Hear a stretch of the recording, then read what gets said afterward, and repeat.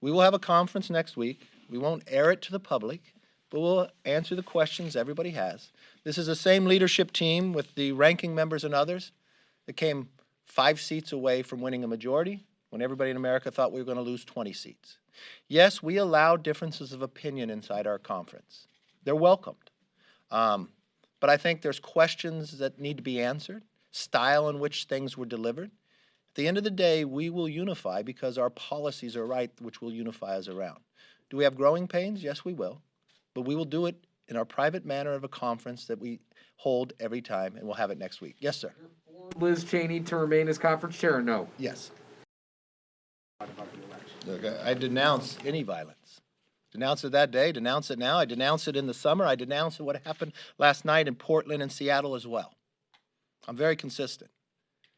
What I voted on wasn't to overturn an election because it wouldn't. It would not overturn.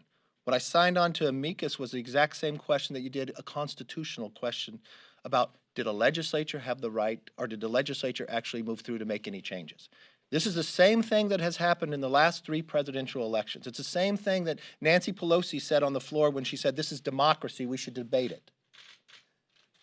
It's different than when Jim Clyburn voted to overturn Ohio, which you'd say, because that would change the outcome of the presidential election. So let's be very clear on what we did. If mine was based upon policy and principle, yes, I would stay the course.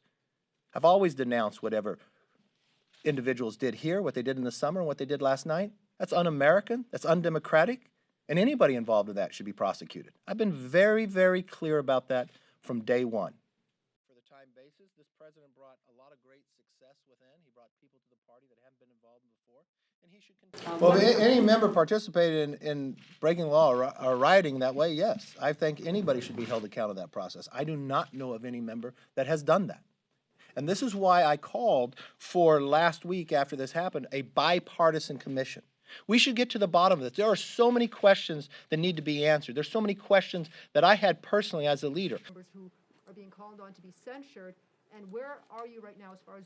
I have questions about this building, what I was told, what was protected, what doors could not be opened or entered or penetrated. Well, that didn't go through.